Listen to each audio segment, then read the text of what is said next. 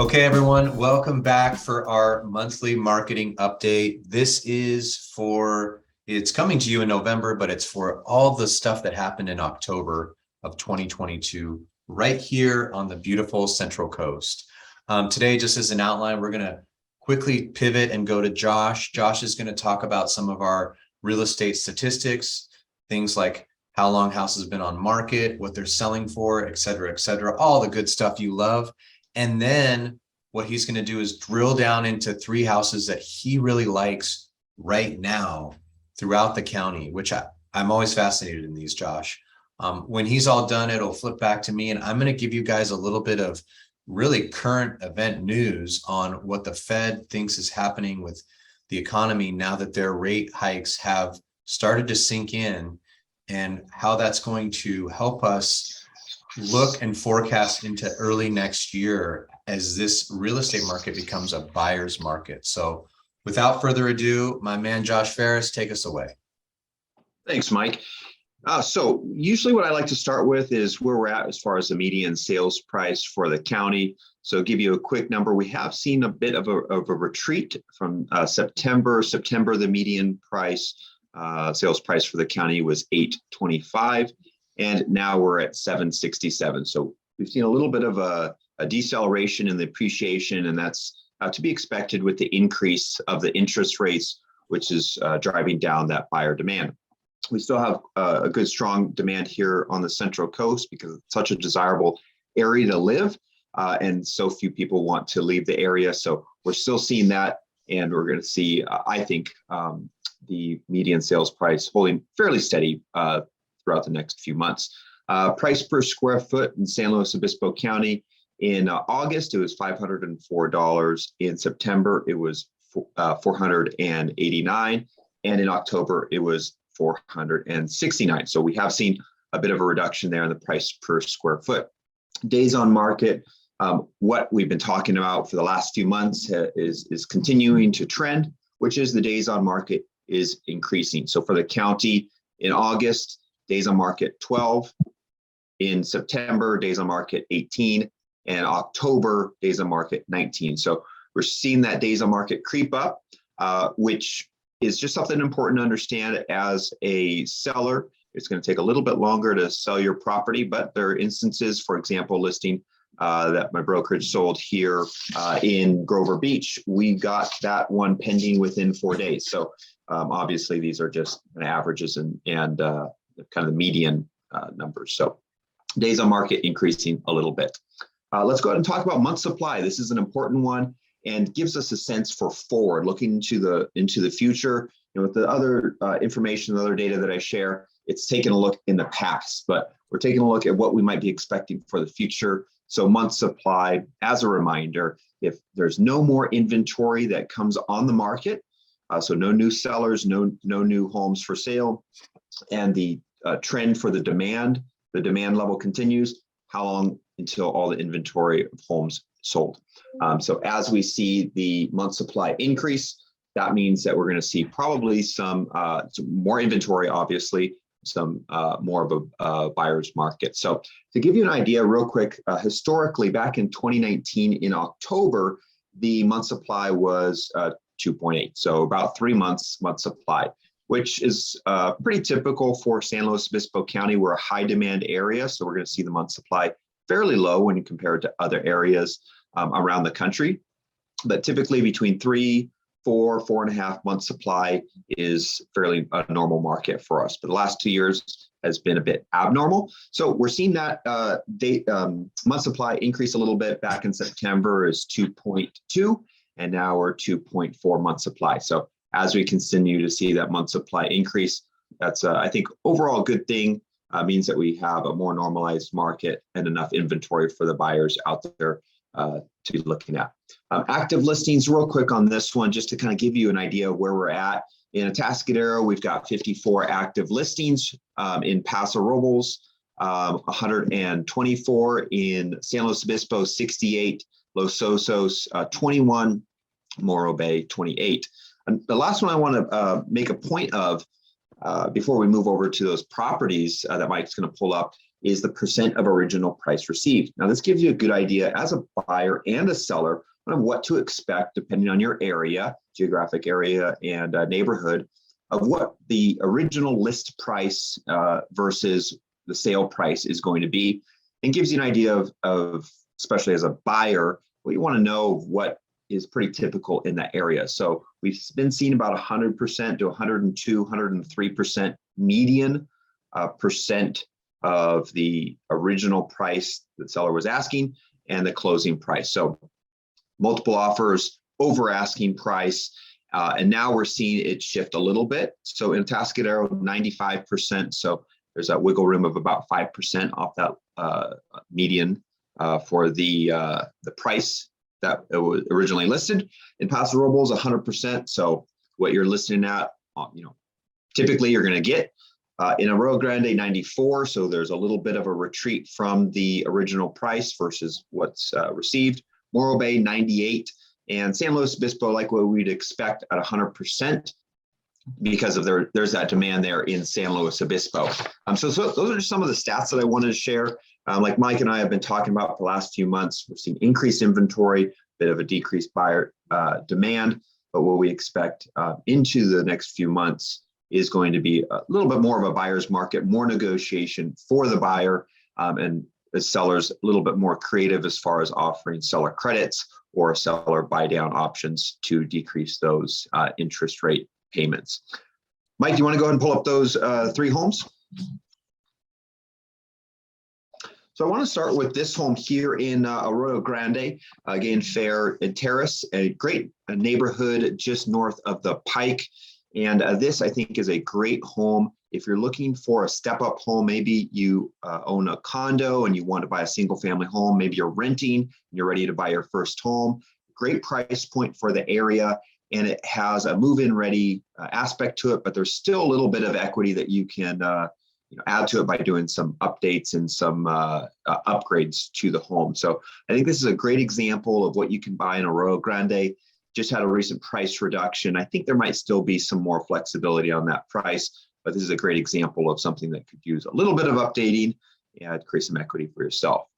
Here in Grover Beach, Mike and I went to the Broker's Caravan last Friday to really get a sense of the homes that come new on the market.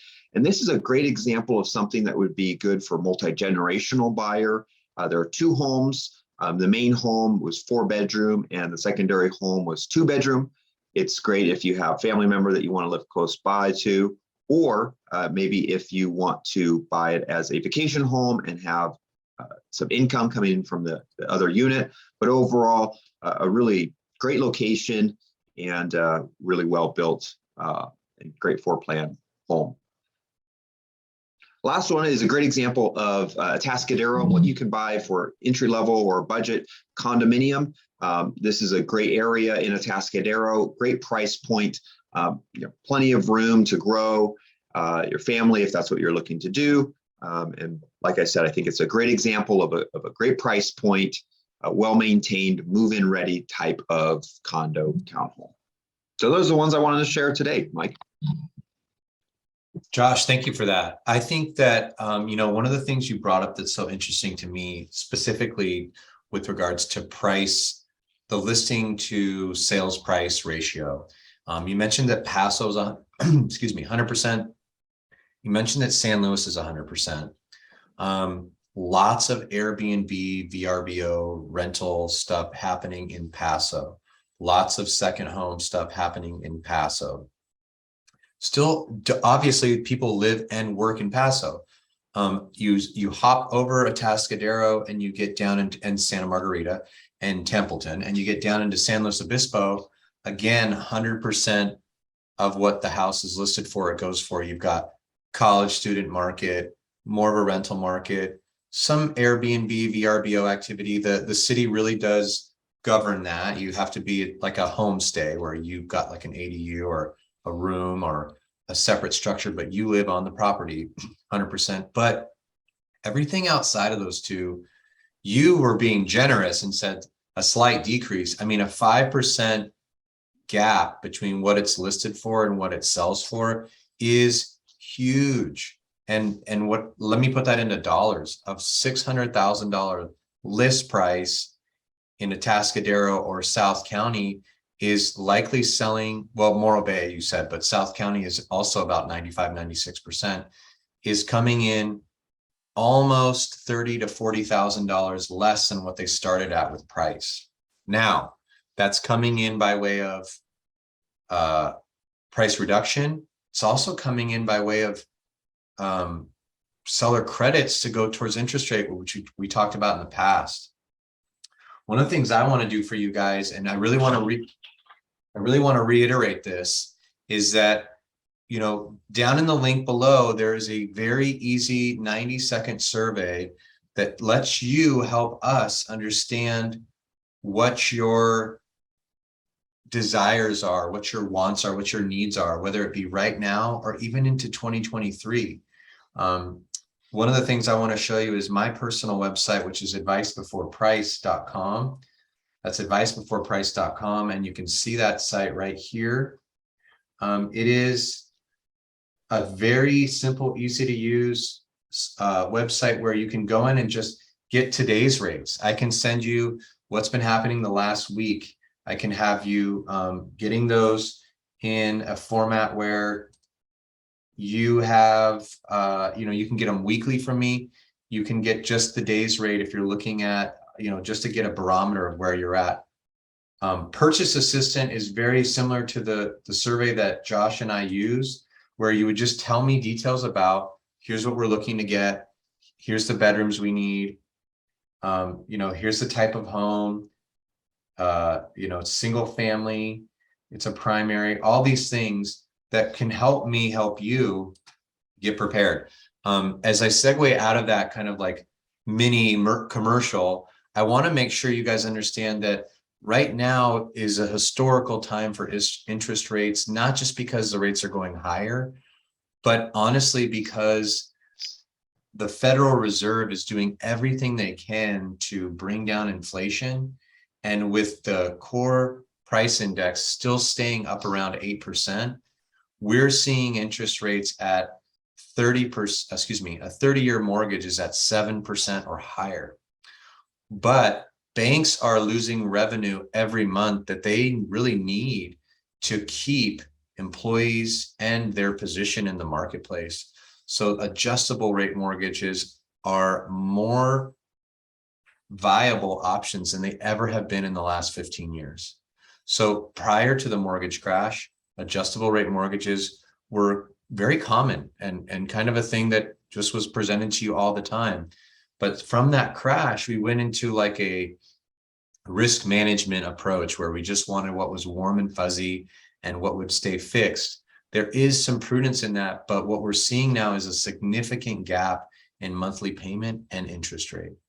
The last thing I want to say to you is that the Federal Reserve met today on November 2nd when we're recording this and had a very different sentiment in their language about what's going to happen next year. They're going to space out these rate hikes going forward. The rate hikes are not going to be as high, and they believe that there may not even need to be a rate hike next year. So every month we're hearing a totally different story from the Federal Reserve. I think what they're starting to realize is that all the hikes that they had through the summer of this year, 2022, is now starting to really generate some headwind for the economy. When we see unemployment go above 4%, you can rest assured that your interest rates are going to start going back down. Now, for those of you that purchased in 2022 that say, who cares what happens next year? As soon as the unemployment goes up and rates can go back down, it's going to be very interesting how fast, almost a race to the bottom with these refinances that could come out. So if you're thinking, gosh, interest rates are going to be 7% for the next 2-3 years, really think again and get in touch with us, complete this survey so that we can set you up to be ready for how to approach your next lease. Maybe you should go month to month instead of a 12-month lease. How to be ready for this is what is going to be a very obvious buyer's market where sellers are going to be eager to sell a house before their price drops even more. And thirdly, let's get you in a position where if you have a credit issue or you don't have enough down payment, or you've got to work out, you have to have bonuses or overtime long enough, which is 24 months consecutively, we can get you ready for that next year by you completing this survey now and us giving you basically a pre-approval. So I want to wrap up our monthly marketing update by just reiterating that the survey helps when Josh and I are out. You've seen it now on our YouTube channel. And if you haven't checked out our YouTube channel, Josh, what is the channel they should search for? Living on the Central Coast. Living on the Central Coast in YouTube. You'll see Josh's face, my face, very familiar faces. Every other week, we're going out to these live caravans during the day, going to properties that we think are great. One of the properties we showed today, we actually saw on Friday of last week when we were out in Grover Beach. So if you can subscribe to that channel and see this video, you're getting some really good quality content on the Central Coast. You don't have to feel like, you just need to detach altogether until you're ready to buy. I think it's important to understand the market as it works and moves and lives and breathes. So that's all I have to say about that. That's my soapbox. Josh, that's it for me. Anything else or any announcements you want to make before we wrap up this monthly marketing update?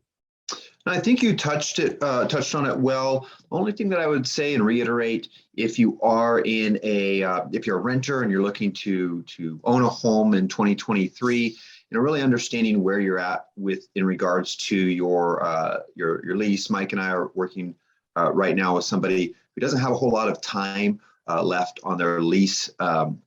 And so just important to understand, give yourself the time to prepare for what your goals are. If you reach out to us and you need to be out of your current home within a month or 2 months, doesn't give us a whole lot of time. So reach out sooner than later. I would say that's going to be the best bet for you and give you more options when you're looking for a home to make sure that it's the right fit for you.